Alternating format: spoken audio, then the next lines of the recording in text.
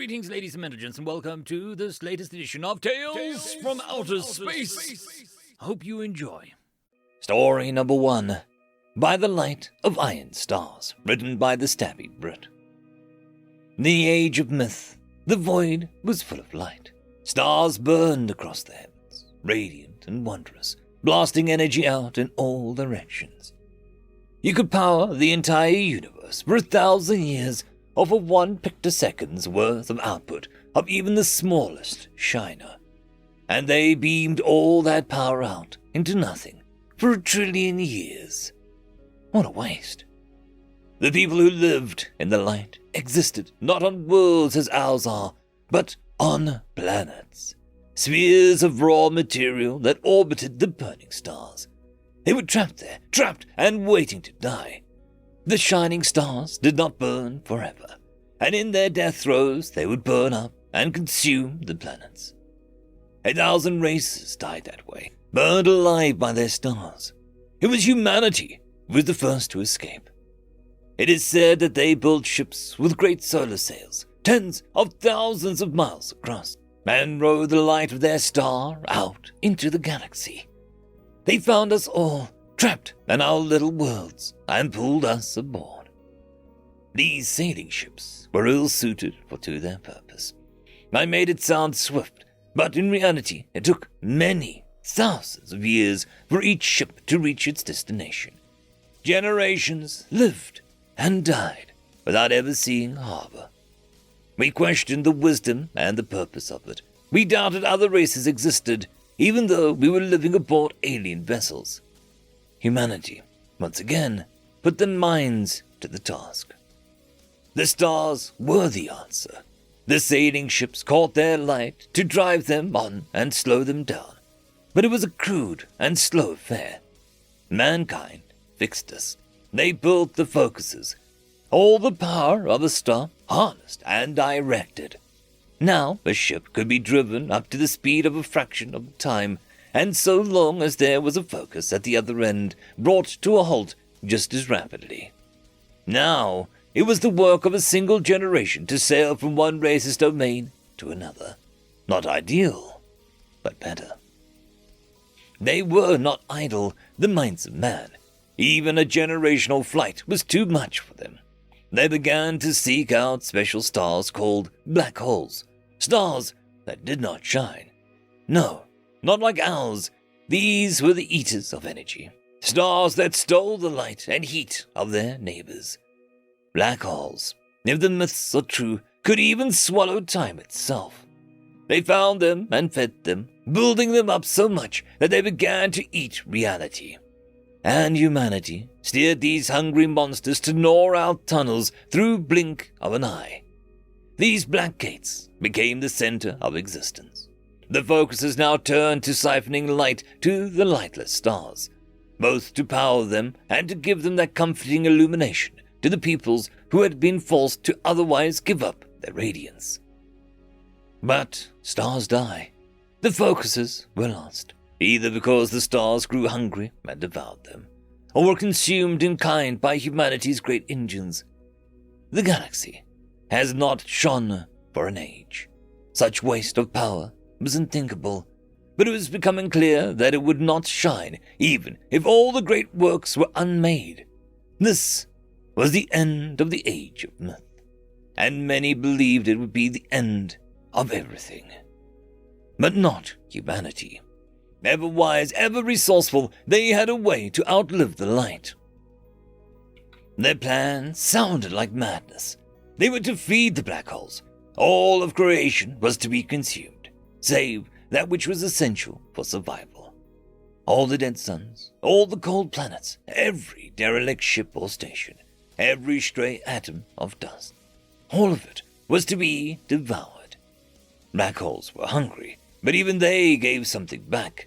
The energies they created during the feeding had long been known to humanity, and it was that power that fueled the Dark Age. We would never again sail in the light ships, nor could the black gates be held open now, but humanity repurposed these ancient tools and turned those abyssal spheres into wondrous engines. Starships, they called them. the starships ventured out towards the dying lights of other galaxies, knowing that it would be a journey of millions of years to get there, and millions more to return. Humanity cared little for that. 8 trillion years later, the resources of another galaxy would be ours to feed into the forges and keep our universe alive for another epoch. The starships grew larger and faster. Humanity could keep us all together, huddled in the warmth of their imagination and comforted by their refusal to give in to any challenge. Yet in time, after an age so vast it defies understanding, the starships stopped coming home. The universe was exhausted. To return with their spoils would cost them more than we would gain. You must understand, by this point the Dark Age had gone on for an eternity. From the creation of this universe to its beginning was a span of billions, perhaps trillions of years, yet the Dark Age was 1,000 times that length at least. Entire galaxies had been born and burned away to nothing in the span of the Dark Age. It was, some said, the end of time itself. The universe had grown old and perished, as all things must. Now, even the black holes were dying, coughing out their last and finally giving up their hunger. It was time, we believed, to sit in somber silence and grieve the passing of creation. Of course, humanity never did get the hang of funerals.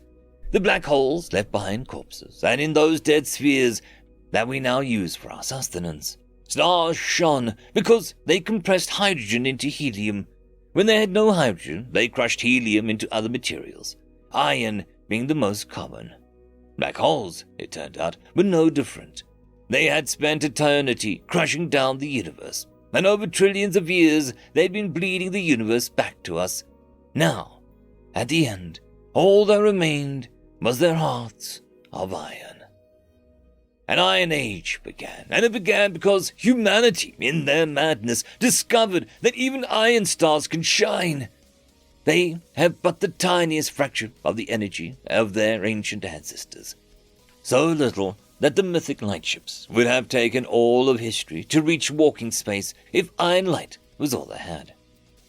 Next to no power at all, really, but humanity had all of history to master the art of energy efficiency. The last age began 1 million years ago, or so we think.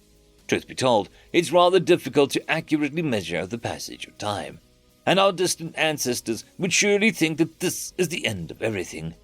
We burned up all the stars, we dismantled the universe for parts, and now all we have are islands of iron that can no longer reach each other.